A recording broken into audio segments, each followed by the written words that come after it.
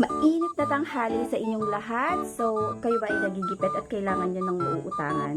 Meron ako ituturo sa inyong madaling paraan kung paano makakautang at kung paano makakaulit ng utang. So, ganito lang yung gagawin nyo. Hindi nyo kailangan dito ng Google or Play Store o hindi nyo kailangan mag-download ng kahit anong app.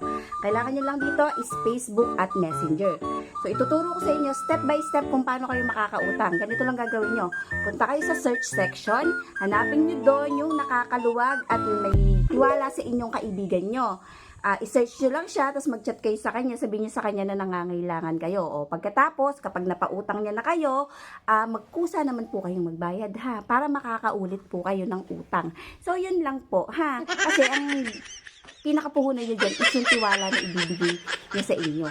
Yun lang. Gusto nyo makaulit ng utang, magbayad kayo ng unang yung inutang. Yun lang.